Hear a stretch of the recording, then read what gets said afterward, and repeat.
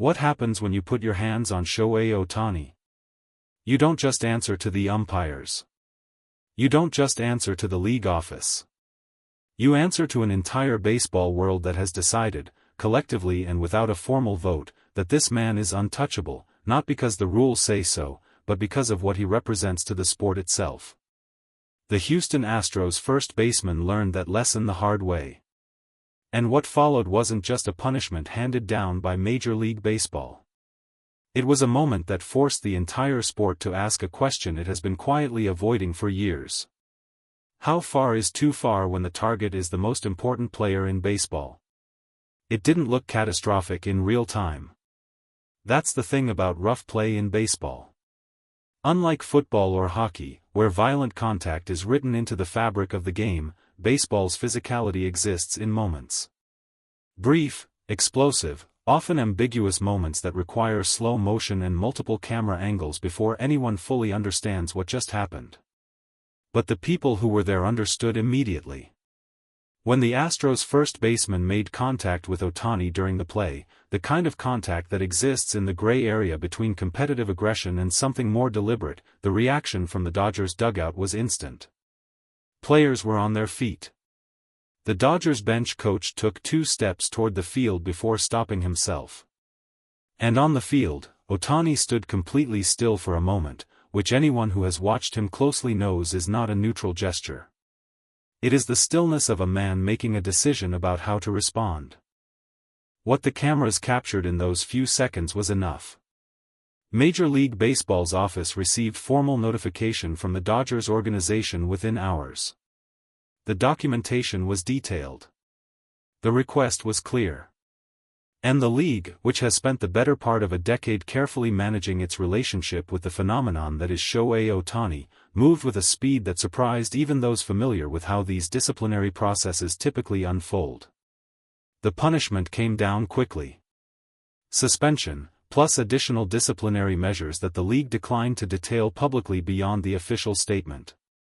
By the standards of how MLB handles physical altercations and rough play, it was significant. By the standard of what was done to Ohtani, many inside the game argued it was the minimum acceptable response. To understand the weight of what this punishment represents, you have to understand exactly who was on the receiving end of that rough play. Shohei Ohtani is not simply the best player in baseball. He is the economic and cultural foundation upon which the sport's next decade is being built. His contract with the Dodgers, the largest in professional sports history, is not just a financial commitment to a single player. It is a statement about what MLB believes its future looks like. It is a bet that the sport's global expansion, its penetration into markets it has never previously accessed, its ability to compete for attention in an era of endless entertainment options, runs directly through one man.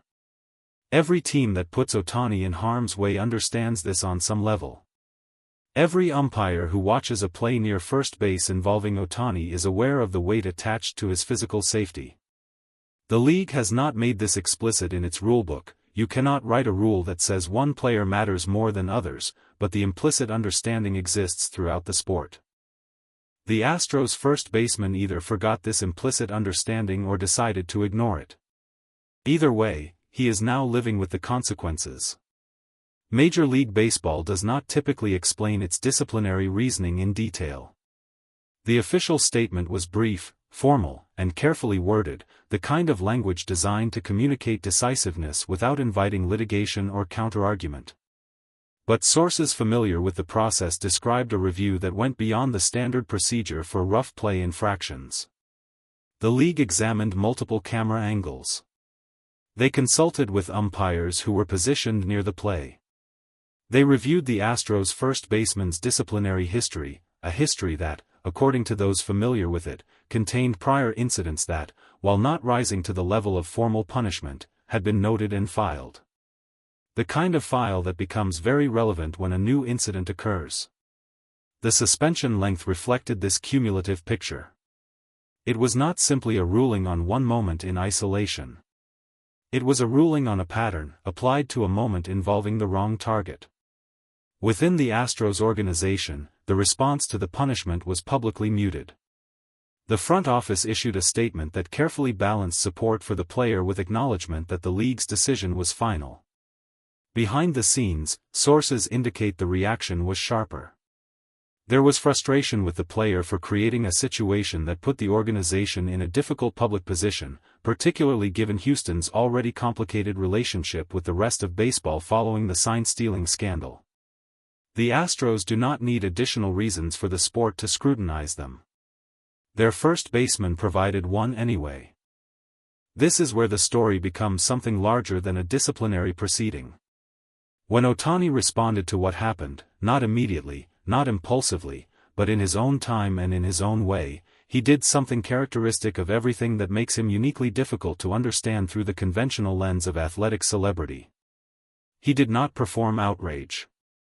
Ohtani's public comments were measured, controlled. He acknowledged the play. He acknowledged the league's response. And then he said something that, on the surface, sounded like diplomacy but contained within it a statement about how he intends to operate for the remainder of his career in this league. He said he would let his performance be his response. This is not a new philosophy for Ohtani. It is the organizing principle of his entire professional life. Every slight, every doubt, every moment where someone underestimated him or treated him as something less than what he is, his answer has always been the same. He goes to work. He prepares more thoroughly. He performs at a level that makes the argument for him without requiring a single word. But the context here is different from the doubts of his early career. This was not someone questioning whether a two-way player could survive at the MLB level. This was physical. This was someone using their body against his body in a way that the league itself decided merited formal punishment. And Ohtani's decision to respond through performance rather than through words carries a specific weight in that context. It is the response of a man who understands his own power completely, who knows that the most devastating thing he can do to an opponent is not to verbally diminish them, but to stand in front of them and be undeniably, impossibly great. Los Angeles processed this differently than Ohtani did. The Dodgers organization has invested more in Shohei Ohtani than any franchise has ever invested in a single player in the history of professional sports. That investment is financial, yes, but it runs deeper than the numbers. The entire identity of what the Dodgers are trying to build runs through his health, his availability, his ability to take the field and perform at the highest level night after night. Anything that threatens that availability is not simply a competitive concern. It is an organizational emergency. The speed with which the Dodgers formally reported the incident to the league was not accidental. It was strategic. They wanted documentation. They wanted a record. And they wanted the league to understand that Los Angeles would not accept rough play against their franchise player as an occupational hazard to be quietly absorbed. Multiple members of the Dodgers organization made informal comments in the days following the incident that, while carefully avoiding anything that could be construed as an official statement, made clear that the mood inside the franchise was something beyond professional disappointment. What the Dodgers felt was personal. And in competitive terms, that is significant. Teams that feel genuinely wronged, not just outplayed, but wronged, carry that energy into subsequent matchups. The Astros and Dodgers will meet again. Multiple times. And the next time these teams share a field, every player in both dugouts will be aware of exactly what happened the last time, what it cost, and what remains unresolved. Beneath the immediate story of a suspension and a response, baseball is having a conversation that it finds uncomfortable. How does the sport protect its most important player without creating a two-tiered system of rules that ultimately undermines the integrity of competition? This is genuinely difficult. If Ohtani receives a level of physical protection that other players do not, if umpires are more alert near him, if disciplinary responses are faster and more severe when he is involved, then the sport has implicitly acknowledged that some players matter more than others. That the rules apply differently depending on who you are. Most people inside baseball understand, privately, that this is already true to some degree. Stars have always been treated differently at the margins, in how calls are made, in how altercations are handled, in how the league manages its public narrative around incidents involving marquee names. What the Ohtani situation does is bring that implicit reality into sharp focus.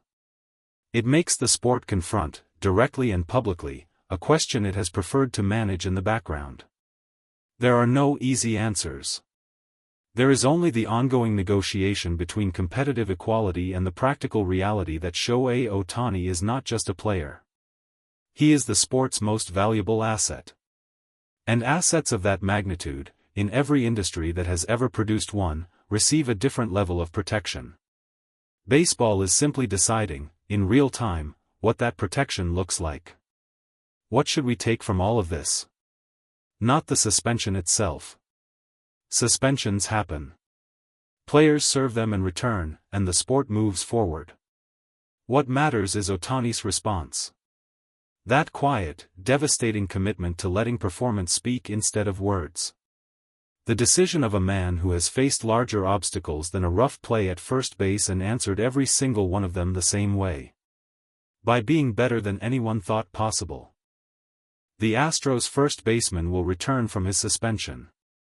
The Dodgers will prepare for the next matchup. The league will monitor the situation and issue statements as needed. And Shohei Ohtani will go to work. That is the only response that has ever made sense for him. And judging by everything we have seen from him across his career, it is the only response that will continue to matter. The punishment told the sport where the line is. Ohtani's response will show the sport what lies beyond it.